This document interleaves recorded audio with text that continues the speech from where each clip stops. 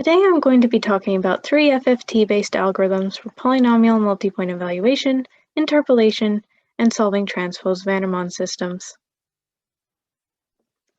To begin, we have a polynomial f of this form.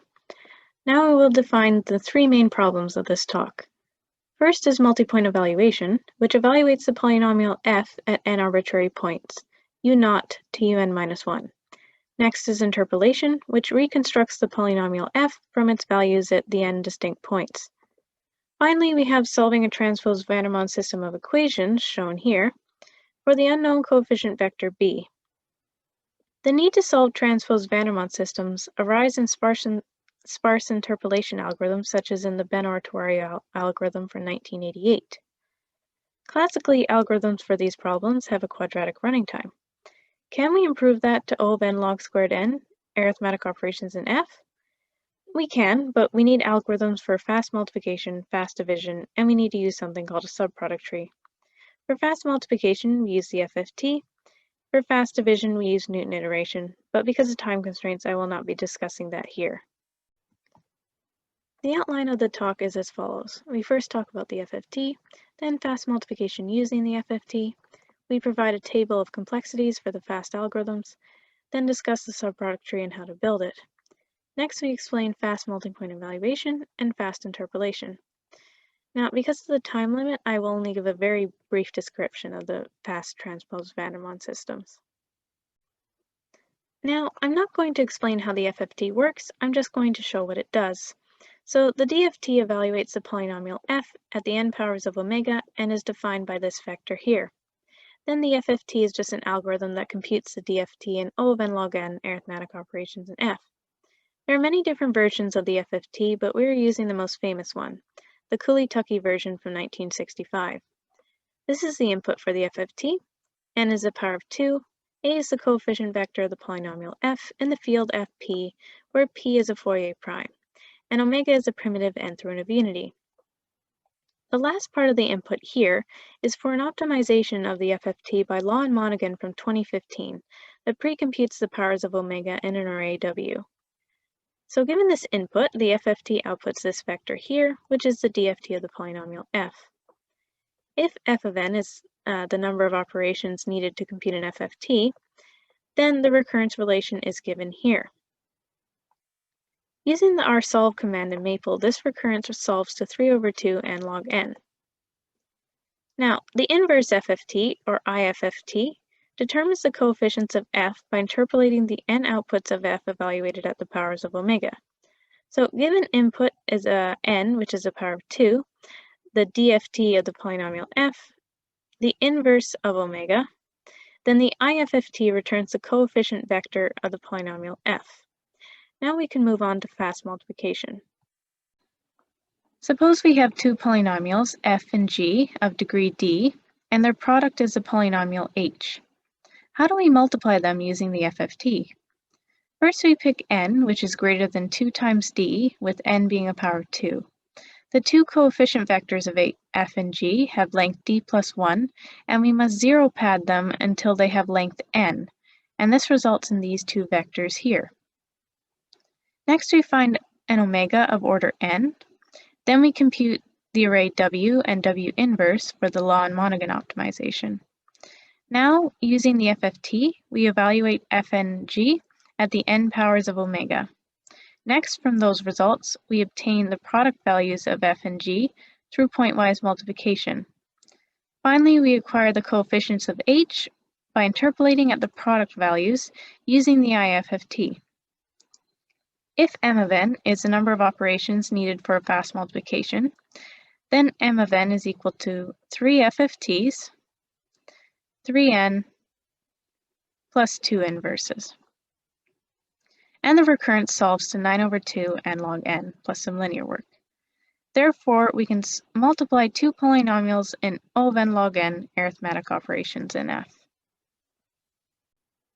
This slide is a table of complexities for the fast algorithms as well as their classical running times. The classical method for division is simply the high school polynomial long division algorithm. For evaluation, we use Horner's method n times. Here we use Lagrange interpolation or Newton interpolation. Now, transposed Vandermonde systems can be solved naively in cubic time and quadratic space using Gaussian elimination, but Zippel showed in 1990 how to solve them in quadratic time and linear space. Now, fast division using Newton iteration is equivalent to 4 polynomial multiplications plus some linear work, which means we can divide 2 polynomials in O of n log n arithmetic operations in F. Now, for the rest of the fast algorithms, they are O of m of n log n, where m of n is the cost of multiplying 2 polynomials. Therefore, the fast algorithms cost O of n log squared n operations in F if we use the FFT. In order to implement the fast algorithms, we must first build a subproduct tree, which is a complete binary tree of products of polynomials. The idea of the subtree is to split the evaluation points into 2 equal halves and proceed recursively with each half. First, we'll look at some definitions. The subtree has height k, and there are n leaves defined by the linear polynomials, and the root is defined by the largest polynomial. Then the polynomial mij, situated at height I, j nodes from the left, can be defined recursively with this equation. So if we have the evaluation points 4, 3, 2, 1, then the subtree looks like this, and I will use this example to explain how the subproduct tree algorithm works. The basic idea is that it starts from the leaves and works its way up to the root. The base of the recursion is n is equal to 1, and we return the linear polynomial x minus u naught each time. The algorithm starts here at the leftmost leaf and gets this polynomial, then works all the way right. Next, we move up a level onto the left and get this polynomial by multiplying these two together. We move right and get this polynomial by multiplying these two together. Finally, we move up a final time and get the root by multiplying these two together. Notice that the subproduct tree does not rely on the polynomial being evaluated. It only relies on the evaluation points. As such, the construction of the subtree is considered a pre-computation step in the fast evaluation algorithm. Before we move on, we will introduce lemma 1, which will be very helpful for bounding the cost of the subproduct tree algorithm as well as 2 other algorithms. Lemma 1 will be very important moving forward, so be sure to take note of it. So s and t are functions, where s of n divided by 2 is equal to c of n log n, and this is true for fast multiplication and fast division. And if t of n has a recurrence relation of this form, then t of n solves to this. So if we can find algorithms that have a recurrence relation of this form, then all we need to do to solve that recurrence is plug in the values for the variables and simplify the expression. Now we will look at the complexity of the subtree algorithm that I refer to as BUST, as in building up the subtree. If b of n is the number of operations needed to compute the subtree, then the recurrence for b of n is shown here. Since BUST has 2 recursive calls of size n divided by 2, and 1 multiplication of polynomials of degree n divided by 2. Now m of n divided by 2 is equal to c of n log n for some constant c, which means we can use lemma 1. In this case, we have a is 1, b is 1, d is 0. Substituting those values into lemma 1 and simplifying, we get that b of n is less than this. Now we know that m of n takes O of n log n operations if we use the FFT, which means that we can build the subtree in O of n log squared n arithmetic operations in F. Now, if we compute f mod x minus ui, or in other words, take the remainder of f divided by x minus ui for all I, then we will have evaluated f at n distinct points as we wanted. But instead of dividing f by all the x minus ui's, which would take quadratic time, instead we'll use our pre-computed subproduct tree and recurse down the tree. Now, at the base of the recursion, we have n is equal to 1, and we return the polynomial f. Next, using the fast division algorithm, we compute 2 remainders, r0 and r1, by taking the remainder of f divided by these 2 polynomials here. Next, we recursively call the algorithm twice to get the remainders evaluated at half of the evaluation points each. Finally, putting it all together, we get f evaluated at ui for all I. And we're done. If c of n is the number of operations needed to divide down the subtree, then c of n has this recurrence relation. since DDST has 2 recursive calls of size n divided by 2, plus 2 divisions of size n divided by 2. Now, d of n divided by 2 is equal to c of n log n for some constant c, so we can use lemma 1. We have a is 0, b is 2, and d is 0. Substituting those values into lemma 1 and simplifying, we get that c of n is less than this.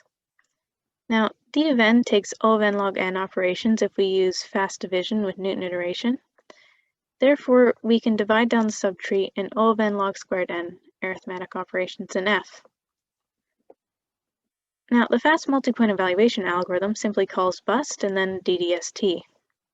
If E of n is the number of operations needed to evaluate a polynomial at n points, then E of n is equal to B of n plus C of n.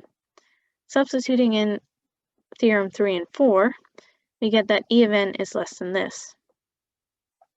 Now, D of n is equivalent to 4 polynomial multiplications, and then M of n takes O of n log n operations if we use the FFT. Therefore, we can simplify E of n to be less than this expression here. Therefore, we can evaluate a polynomial at n points in O of n log squared n arithmetic operations in F. We implemented fast eval in Maple with this Fourier prime, and for the quadratic timings, we simply use the eval mod p command in Maple n times. This column here displays the values of n, and here we have the quadratic timings. Then over here we have the timings for the fast evaluation algorithm. These two columns here show the growth factor for those two algorithms, and then here these two columns display the amount of time needed for bust and DDST in the fast evaluation algorithm. We can see that the quadratic algorithm's execution time increases approximately by a factor of 4 each time n is doubled, which implies that it is indeed a quadratic time algorithm. For fast eval, as n doubles, the execution time increases on average by a factor of 2.1. Fast eval became faster than the quadratic algorithm at n is equal to the 12. And when n is equal to 2 to the 18, fast eval was 47 times faster than the quadratic algorithm. Notice that the time needed for bust to compute was small in comparison to the overall time needed for fast eval, and that most of the computation time was in DDST. Recall that in the recurrence relation for DDST, that there is simply 2 recursive calls and 2 divisions. Therefore, if we wish to improve the timings for fast eval, we would have to somehow speed up the fast division algorithm. The Lagrange interpolant, defined here, has this property. In Lagrange interpolation, the interpolating polynomial f has this form. This can be rearranged to this in terms of m, which is the polynomial at the root of our subproduct tree, and t of I, which is defined here. The naive way to compute t of I would be to invert and multiply each pair of ui minus uj, which would take quadratic time. Instead, we will take the derivative of m, and notice that it vanishes at all points uj with I is not j. Therefore, given m, we can compute all the ti's with one evaluation of m prime at n distinct evaluation points, which we know costs O of n log squared n operations by theorem 5.